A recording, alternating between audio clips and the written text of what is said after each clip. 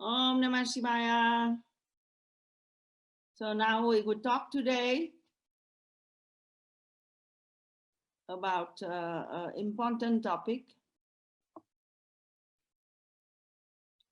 and it is the topic of the yoga of relationships. Actually, today there is also, I teach 3 classes on yoga of relationships. I teach for the TTC here, the TTC in the yoga farm, and now I teach for the international satsang. So it's very nice. So the main thing is everyone has to learn from relationships, okay? As they are our biggest headache and heartache. So it is something that everyone needs to learn, because otherwise you have a lot of problem. Heartache and headache. Okay? We cannot live alone. And the problem is when we express ourselves, sometimes we have problem. And when we repress ourselves, then we also have problem. We are all the time looking for love. We are looking for true love, true self. We're looking for a relationship. We want to be loved 100% and all the time. Người nào mà muốn dịch thì là phải vô trong cái kênh Interpretation French. Ok, người nào muốn dịch phải bấm cái chữ Interpretation, xong rồi tìm cái chữ French. Ok. So we want to be loved 100% and all the time. We want to be free in relationship. We want to be ourselves in relationship. We are seeking our true self. We are all a spiritual seeker. We are seeking. We want. And we live all the time in a network of relationship. Sometimes we feel alone, but it's not true. Yeah, we all the time in a network of relationship. Some relationships are temporary, like your work relationship.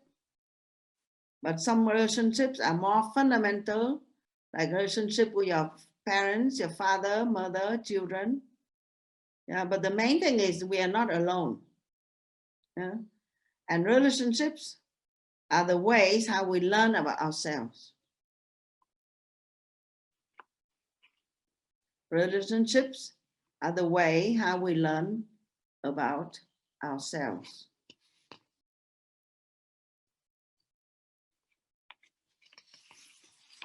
So what is yoga relationship? Yoga relationship is you need to find out how to find yourself in relationship, how to spiritualize your relationships, how to transform your negative emotions into selfless love, how to solve the problem of the self and others, how to solve the problem of the split between yourself and others. So that's called yoga relationship. The problems in relationships. Okay, so I list the problems. Our needs are unmet. So we have frustrations when our needs are unmet. So we blame, we resent, we are angry. Oftentimes, it's a long resentment, long blame that lasts for a long time, many years. It's like a scar on your body that is not healing.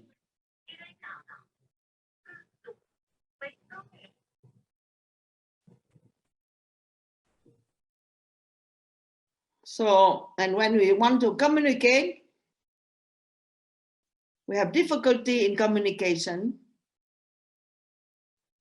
We have violence in communication.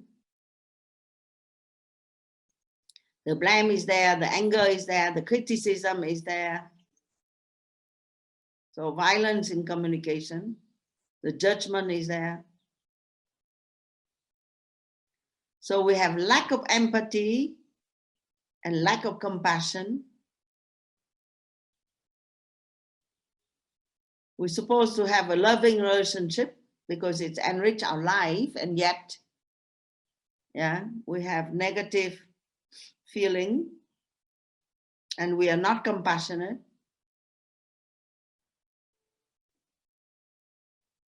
And then when we deal with people, we have this emotional swing between attraction and repulsion. Yeah, so some people we are very attracted, so it creates problem. Some people we are very repulsive. We want to run away from them, and that also creates problem. And we experience paradox means conflict or conflictual feeling. We want to lose oneself in love, and we want to be in control at the same time. How does it work? We want to lose yourself because in love you have to lose yourself, and you want to be completely in control at the same time. So how does it work? We have doubt, we have loneliness, jealousy, envy, possessiveness. We have problem of abuse in relationship. We have the problem of unfaithfulness in relationship, disloyalty, betrayal, distrust. So very serious problem. The list is long.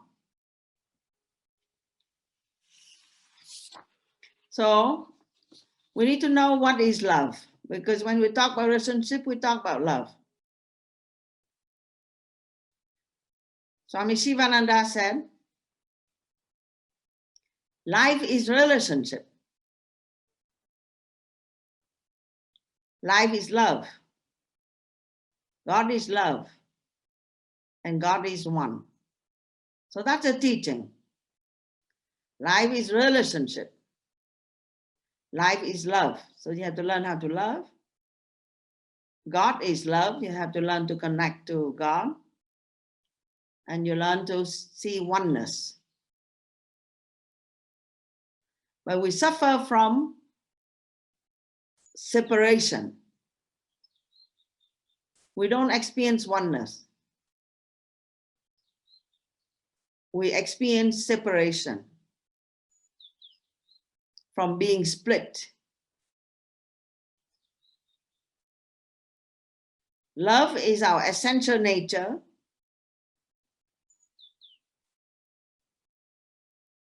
So love is very natural for us.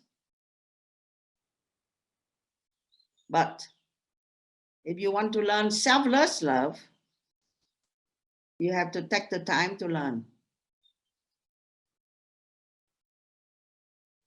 Love is very natural, but when it comes out of us, it becomes selfish love. So that's a problem. We cannot honor that love that is pure within our heart. When it comes through our personality, through our life, then it becomes selfish. So we have to transform our emotions into pure love. So that's the idea.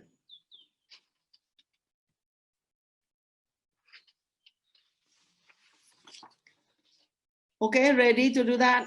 To understand that all relationships are karmic. Very big words. Relationships are karmic. What that means? It means that relationships are there for us to learn from our karmic lessons. That means it's our spiritual lessons. When you say karma, we talk about, the mistake of thinking since a very long time, before you are born, long time. And you cannot avoid. Karma is something you cannot avoid. And it will just come back again and again and create problem to you. Until you think it correctly, then you are free from the karma. So all relationships are karmic relationships. It's not by accident that we have our particular relationship. So according to Vedanta philosophy, our souls choose to evolve and to grow from being born in certain family conditions. So you're born from your father, mother, and you have to live with your father, mother, depends on your karma. Some people live very long time with father, mother. Some people live, many years. When you are young, you depend on father, mother. So you live with them. So a lot of their emotions come to you, a lot of their habits, a lot of their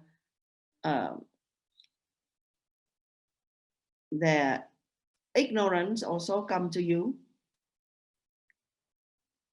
Okay, so you have a karmic relationship with your parents.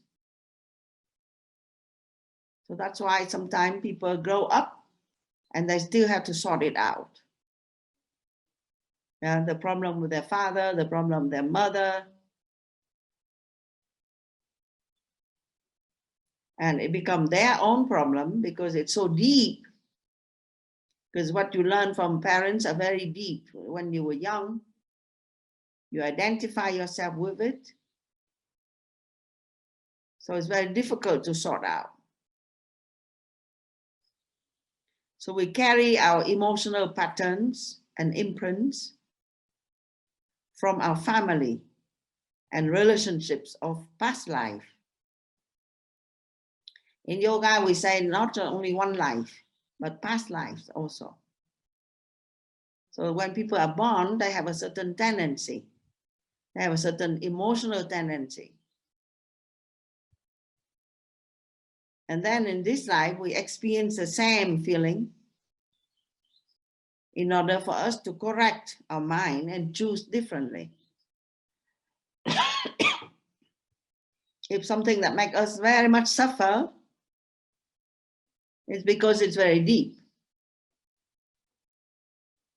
It's not just only this life, it's very deep.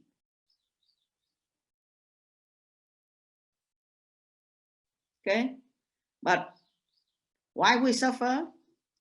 We suffer for us to think, stop for a moment, to introspect, and to switch and to choose differently. Because regarding emotions and mind, if you are detached, when you know they are not you, then you can switch them and change them. And all the techniques of yoga is help you to do that, to detach, to see, to be aware, to know, to change, to adopt new attitude.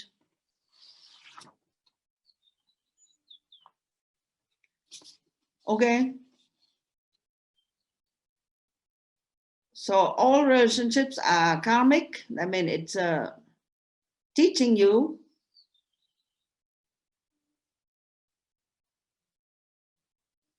what is pleasure, what is pain. Always is this two.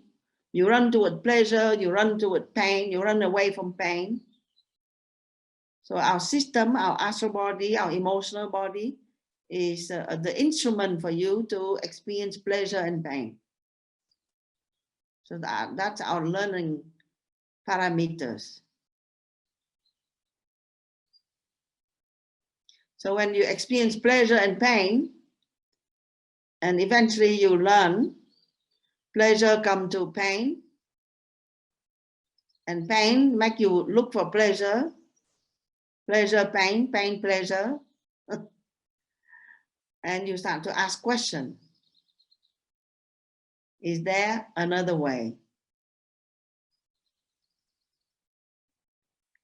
So in yoga, we stop the cycle of recurring. Recurring means again and again and again. Of recurring negative emotional pattern of our past relationships. I repeat again. In yoga, we aim to stop. Stop means change. Stop. The cycle of recurring, that means appearing again and again, of recurring negative emotional problem, negative emotional pattern of our past relationships.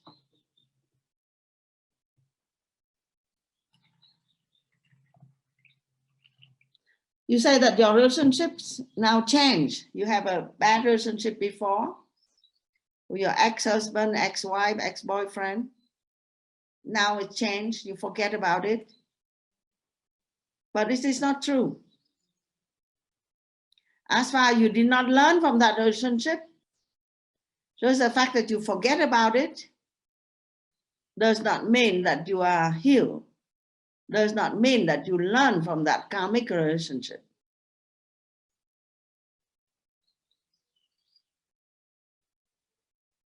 You forget about it, you have new relationship. It's not the same. But you did not resolve the problem from before. You did not understand. And then this new relationship might be good for some time. But because the fundamental question has not been understood, so it will reproduce again in a different form. And you continue to blame again, you continue to suffer again. So when you come into this life, you have a certain skills, certain talent, certain habits, because you have gone through many different circumstances before. So that's your karma. You are born in this life with a certain predilection, certain tendency, and you have a certain trait of character that have been developed throughout time. But they are not yourself. This character, personality that you have are not yourself. They're just your karma. That is just something that you carry with you from lifetime to lifetime. And you feel strong, but it's not yourself. It's your karma. So you love yourself out of this trait of characters. And from there, see, listen to very well this point. You love yourself out of this trait of character. And from there, you have relationships with other people based on that particular character that you have. You have relationship with other people. And then you end up having problems. So these are called karmic relationships.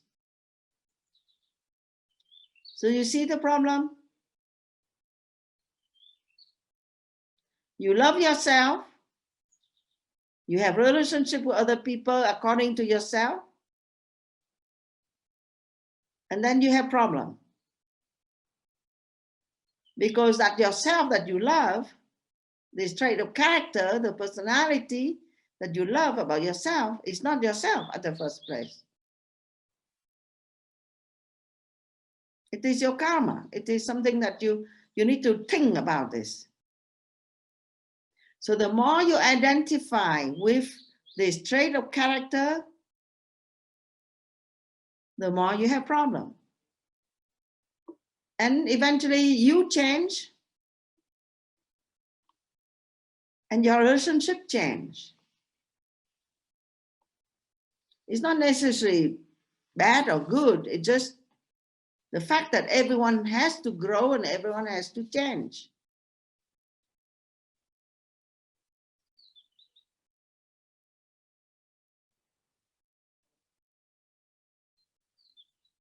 So sometimes we don't want to change. Because if we change, then our relationship also would change. Then it creates instability.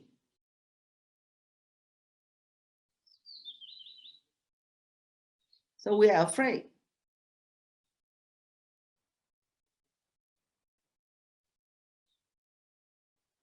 Somebody is asking. So please ask later because I cannot answer now.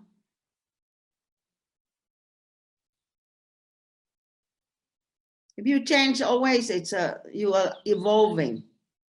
I never said it's bad. I'm just saying it creates problem. Because people are not necessarily catch up with you. Because the relationship is based on your old personality from before. And you change and then people don't know. So there is a problem in relationship. So now, please think of something. When you look externally at another person, so oftentimes we love another person, not just because of their soul. The more that you love a person because of their soul, better it is. But very often time, we experience the attraction and the repulsion out of something that we perceive externally about the other person. But when you look externally at another person, you are defining yourself through the differences that you perceive as existing between yourself and them. So in relationship, you always compare. Yeah, let's say you have a close relationship, like husband and wife. All day long, you are comparing. You are in a boxing game with the person all day long. He's this, I am not like this. He's thinking like this, I'm not thinking like this. This, that, all the time you are defining yourself because you're all the time looking for yourself. So you're defining yourself, you know, based on the difference that you perceive between you and the other person.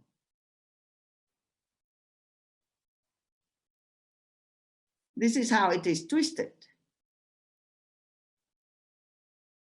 Because it's always bring out the false self, the idea of yourself, and the false projection on another person. So it's based on your false self and the projection based on that false self on another person. So you all the time say, I'm like this. I'm not like that. You know, you always say like that. How can he or she did this? I never do like this. The more that you affirm yourself, I'm never like this. And the other person is like this. You see? So then it's a problem. And sometimes not solvable. So difficult, not solvable. And the more you are strong in your idea of yourself, the more the projection on somebody of an idea about themselves also is strong.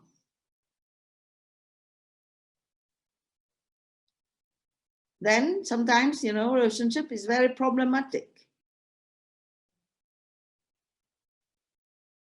The more you are strong, the more you project something.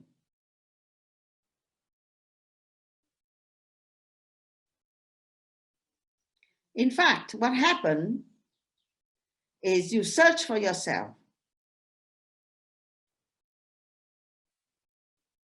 But you keep projecting. The more you search for yourself, the more you keep projecting.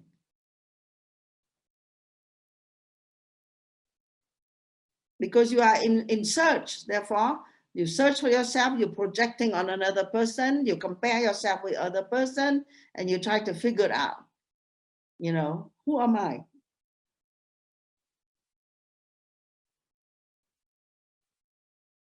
You keep trying to find yourself by seeing other people through your lens of attraction and repulsion.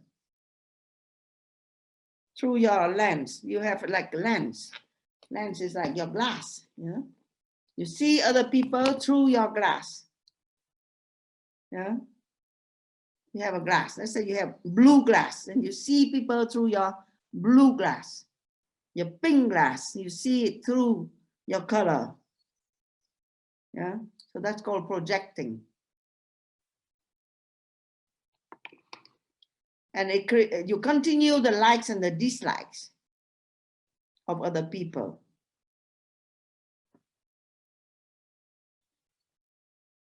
You look for yourself in the mirror of others' persons, minds, and emotions.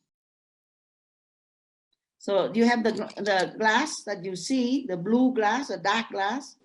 Where's my dark glass? That you see of other people, but also other people, they have their own glass. You have a blue glass, they have a pink glass, and you look at each other. So you are always comparing yourself with others to find yourself.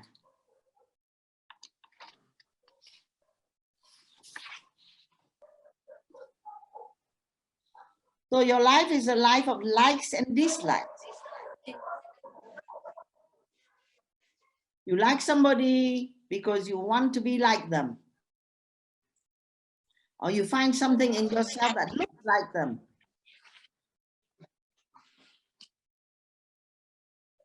You dislike somebody because you dislike something within yourself. Because you want to be free from that, actually. But so long you live with it, so at the same time you want to be free from it, at the same time you are very attached to this personality or the idea of yourself. So that's a problem. You are all the time seeking for your true self, and you are all the time being stuck in the idea of yourself that is not yourself. And then you project it on other people. So the problem that you have with other people is there for you to get yourself unstuck. If you can sort it out. If you cannot sort it out, if you're not aware of that, it will become more serious. So the more you are stuck with your own personality, your own problem about yourself, and the more you will be stuck in the type of relationship that you have with other people.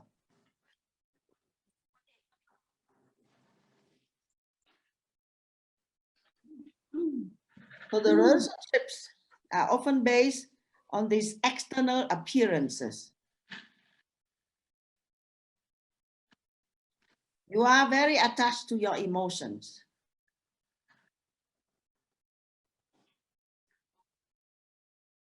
And these emotions, these likes and the dislikes of your mind create problems sooner or later. Anything that you believe yourself to be will be challenged. But if you are wise, then you realize that this is actually opportunity of growth. So when people dislike you, when people like you, when some people blame you or whatever, when you have problem relationship, if you are wise, then you realize that this is an opportunity for growth. So instead of blaming, you would say, I thank you in my heart for showing me my false belief about myself. Can somebody do that? Do you say that to people? When you have a problem in a relationship, you continue blaming, punching, suffering, or do you say, I thank you in my heart for showing me the false belief about myself? Do you do that? You better do that.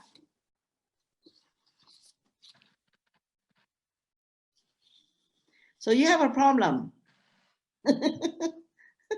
You have a problem, the problem of self-love. And you have a problem with your own self.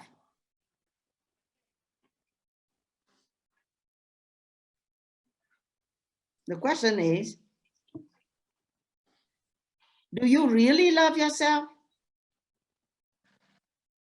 That's the question. Do you really love yourself? Do you really love your true self? Or do you love the image of yourself? Or you love that karmic self that you want to be free from, and yet you love it? Because you believe that that habitual self, that skilled self, that talented self, that ego self is yourself. You want to be free from it, but you love it. You're attached to it. So when you do that, do you really love yourself?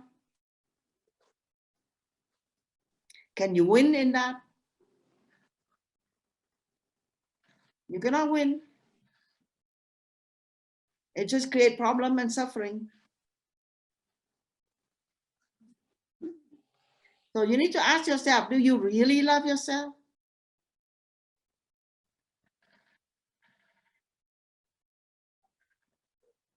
That's why all relationships are karmic. Because you love that self, and that self is always in connection with somebody because you're in a network of relationship.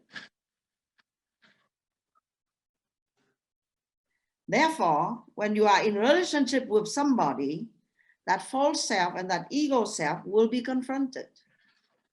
That's called karmic relationship.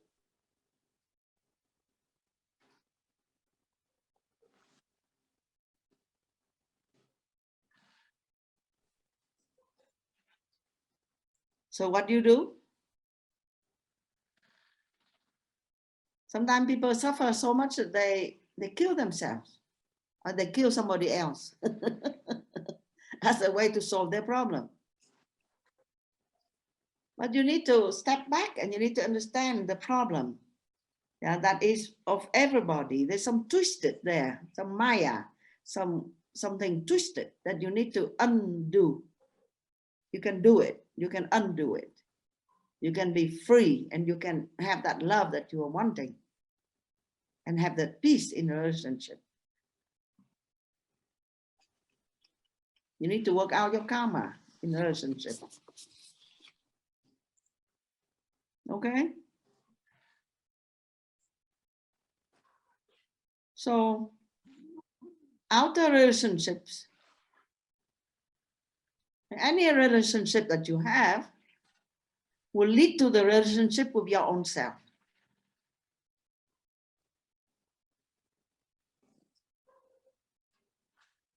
A karmic relationship is about the relationship with yourself. Relationship with love itself.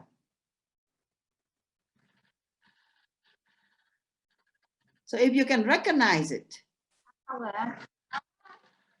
Xong thì uống thuốc luôn là không bị quên. Somebody please switch mute. Mute all your. Thế only có phải sớm xuống không? Thế có phải mute. Shiva Shakti, I recognize your voice. Mute.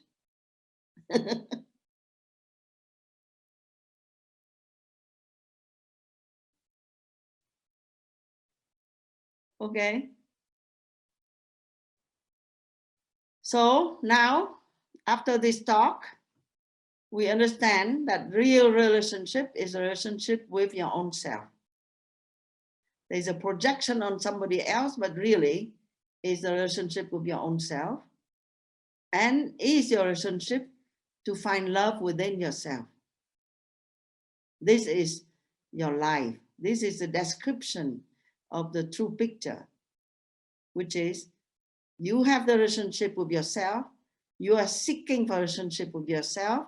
You are seeking for the relationship with your true love, which is yourself.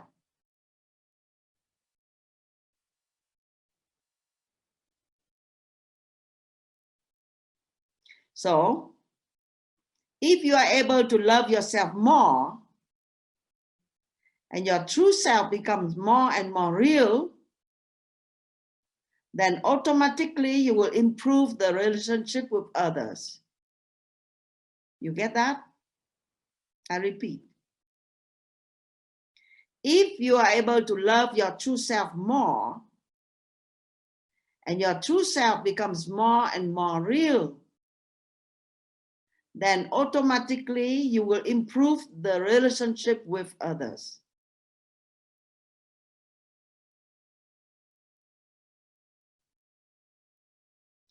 If you hate yourself, you will hate other people. If you are angry with yourself, you'll be angry with others. If you are rejecting yourself, you'll be rejecting others.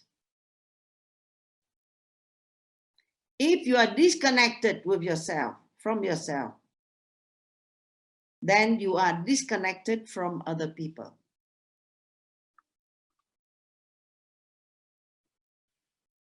That's how it works.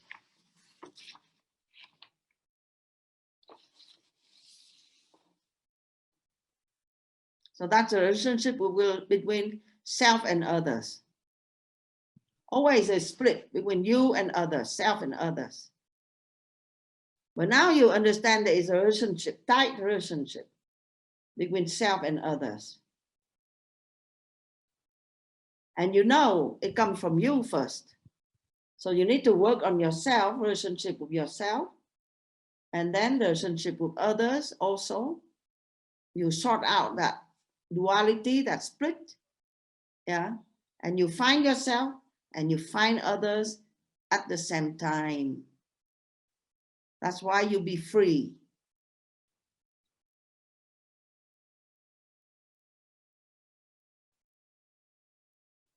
So you have to ask yourself the question, who am I? And who am I not?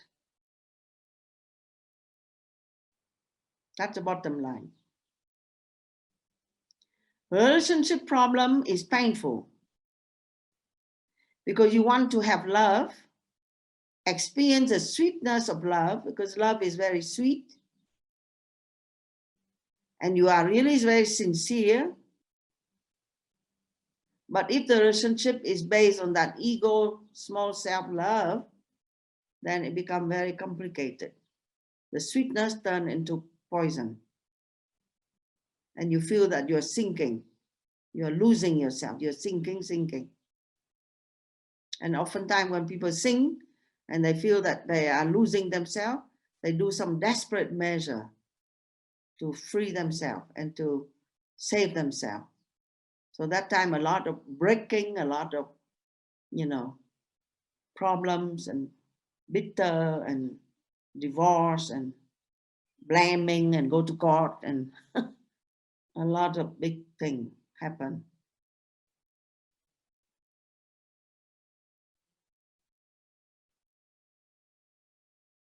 So this inner conflict leads you to reinvent yourself. So when you have all this problem, you try to sort out, but then you have this problem. So you have to reinvent yourself. And then you have to grow in relationship because you are actually working out the fundamental idea about self-love.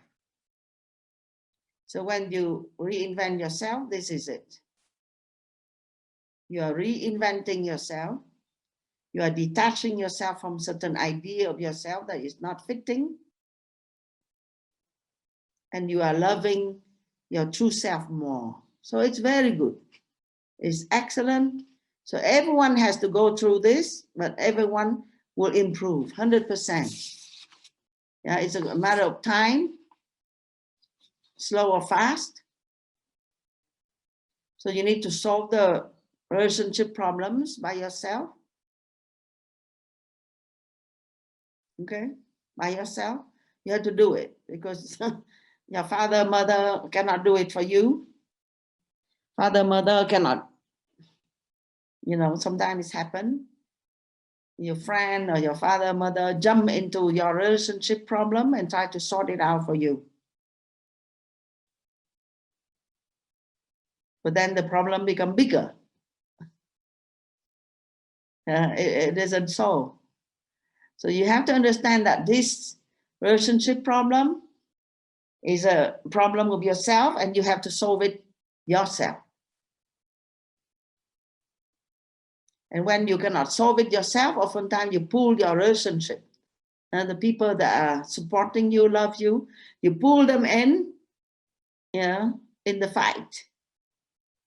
So you want other people to condemn, to blame, you know, the other person. So you feel more strong because you are more right. You know, sometimes happen with the children. Yeah. So you have the problem relationship between husband and wife, and you want the children to go in the relationship. Children will support you, you know, to fight the other person. It creates a lot of problem to the children. Because sometimes the children is in between the father and mother, that both of them love, they love both father and mother differently. They see themselves in that relationship, father and mother. But when they are being pulled in the relationship, the fight between the two, then it creates more problem to them. And then in the future, when they have relationship, this will be reproduced. That's why karmic relationship go from lifetime to lifetime.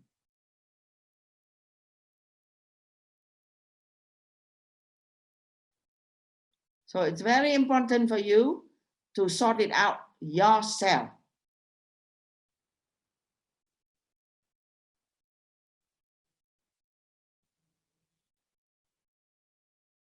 You have, how do you do this?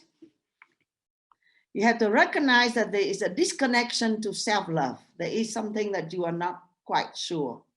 You are disconnected to self-love.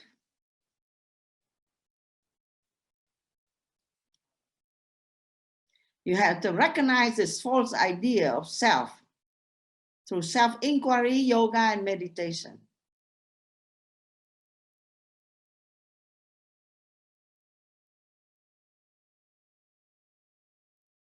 You have to recognize that there is another higher self. You have to learn to detach from this false idea of yourself. You have to recognize that the solution comes from inside of you, within. The problems come from your own disconnection with ourselves, with yourself.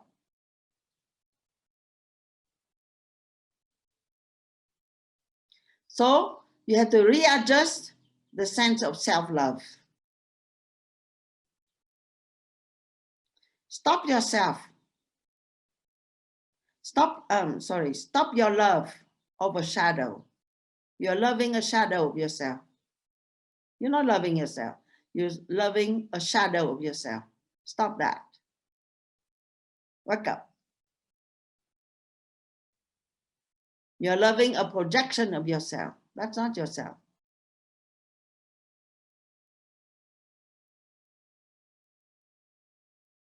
recognize first that you are not really loving yourself.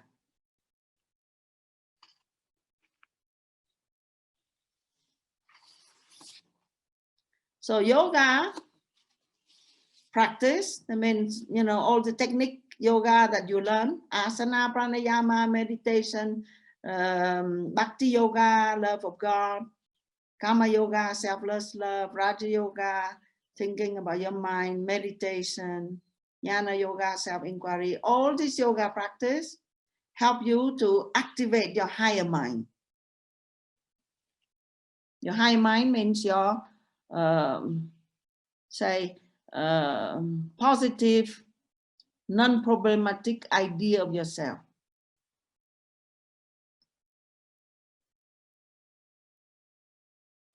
So you need to renounce your low mind.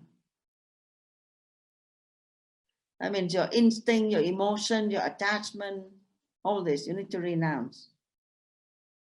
And you have to bring the false self idea to the light.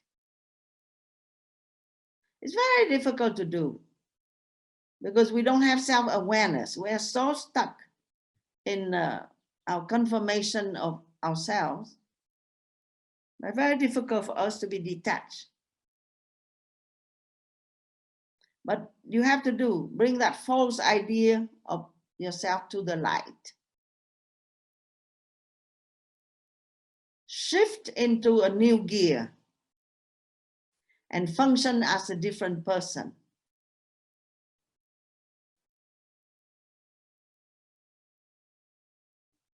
So there are many yoga techniques that help you to shift and not allowing yourself to fall into habitual patterns.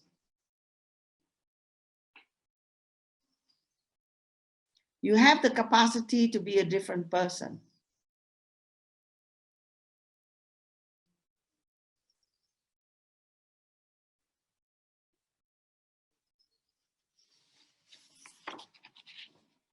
So the remedies, okay? So I summarize the remedies. Remedies to the problems in relationships. Number one, cease to identify with the ego self, the low mind. Number two, actively do selfless service. Offering of yourself to purify your mind and to find your true self. Give of yourself to others. You will be free from the negative effect of identifying yourself with your false self. So I give advice to a few people that complain about they all the time have problem in relationships. They always have problem, for example, of anger toward other people, toward their colleagues, toward their family, toward the parents. All the time, this problem is there. So I advise them, you know, do some selfless service. Come to ashram and try to switch that paradigm. Instead of based on your ego self, now based on the sense of service of something bigger than yourself. If you become the karma yogi and you are functioning in ashram, everyone is the same, and you are in the same direction, do selfless service, then all of a sudden all the relationships are different.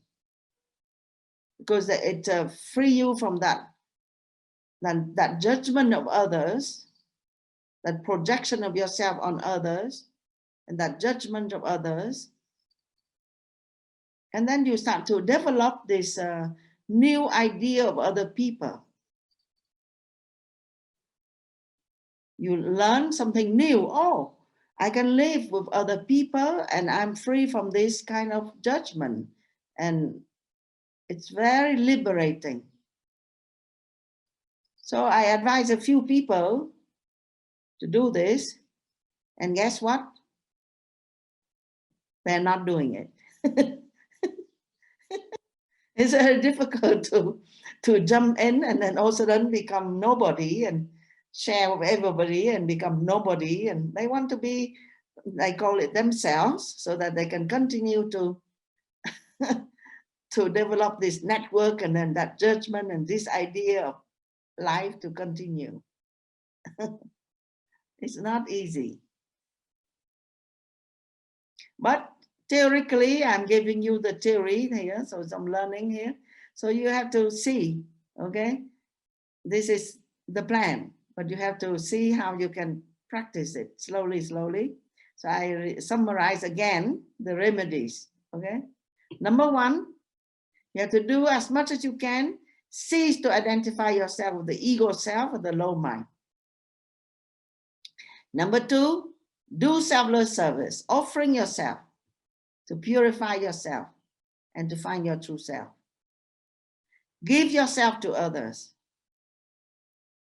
You be free from the negative effect of identifying with your false self.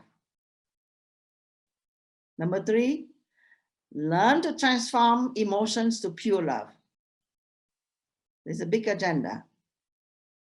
Number four, cultivate self-love.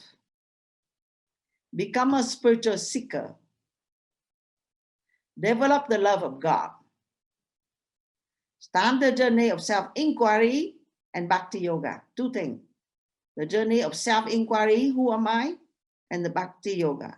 Love, but pure love. Okay?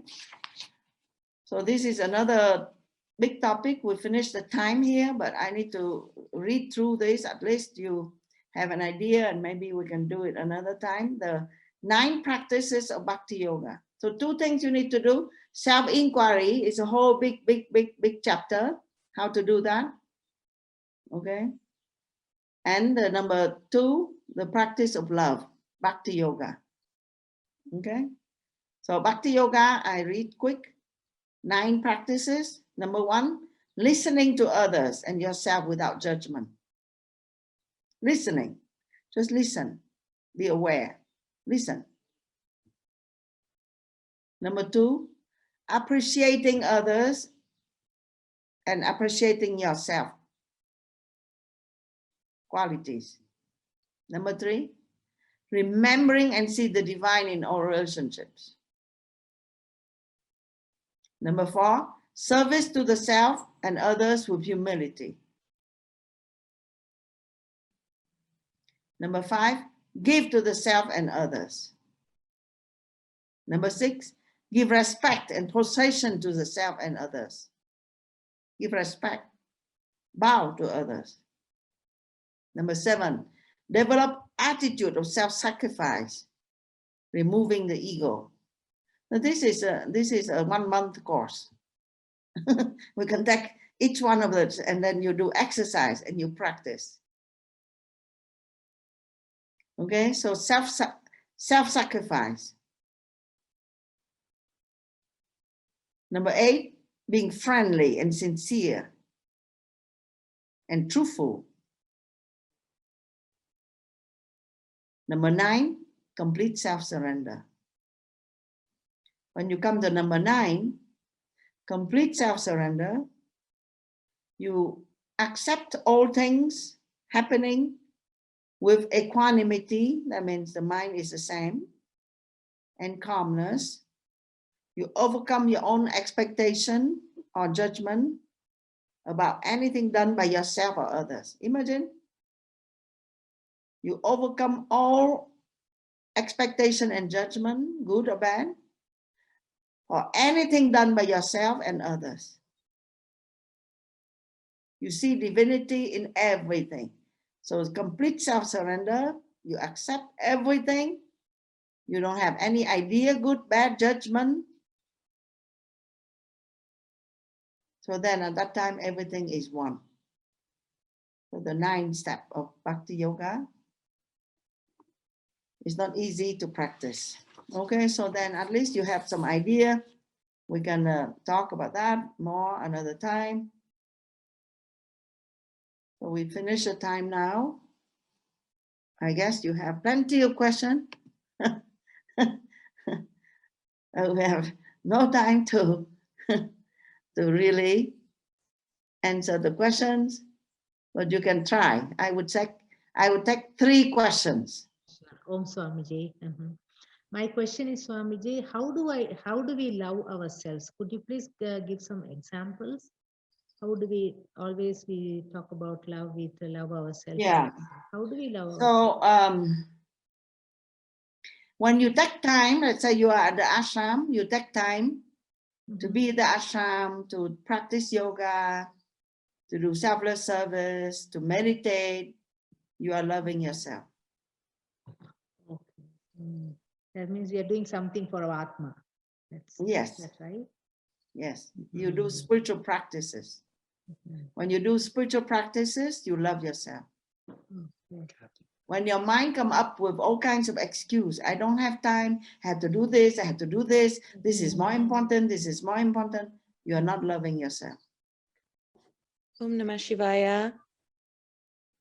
Okay, who's talking? I am Heidi or Haridya. Hridya. I'm trying to look at your picture.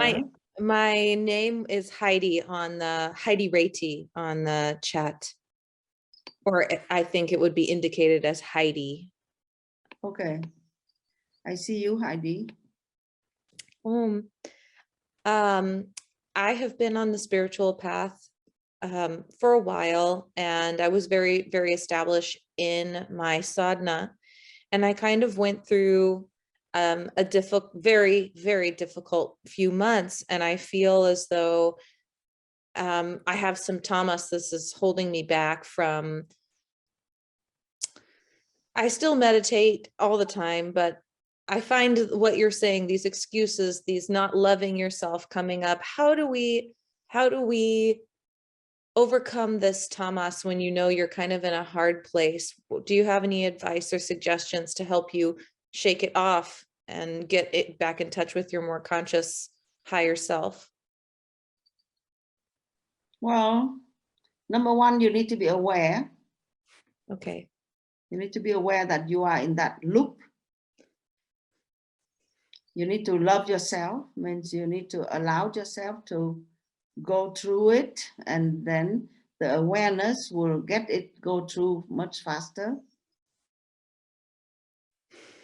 You cannot blame yourself, because if you beat your mind and you blame yourself, things will get resisting even more.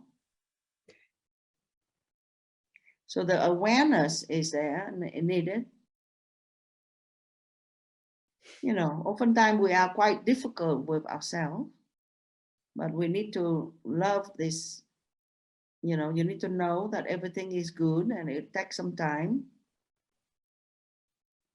And then you go out of the lump, 100% sure.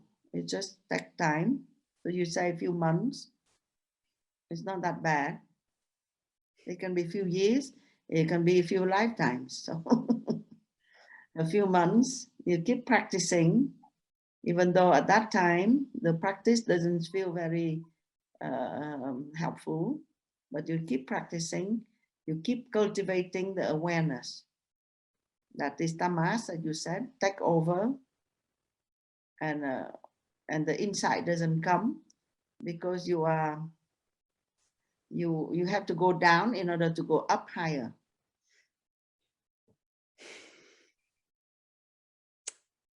I will work on that. Yes. Thank you, Swamiji. And you can come visit us. I'm going to the ashram in the Bahamas very soon. Okay, very good. Thank you. Okay, so the last person who asked. Okay, so I look at the chat here. Alisa, could it be bad? Okay, that already answered. Kindly, I want to ask, we serve others and love them unconditional. Then what is most people taking things for granted? What should we do then?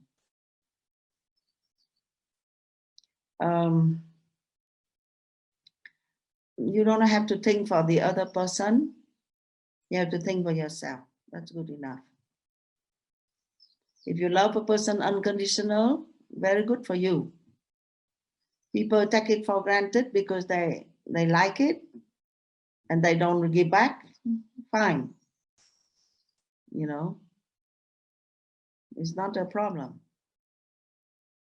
Because people had to have a lot of love in order for them to learn love. So you are the one that gave that love, fine. Yeah, you have some ego there that want people to give back, to recognize it and give back. So it's not 100% unconditional. Okay, finish. Hari Om Tat Sat, thank you. Oh.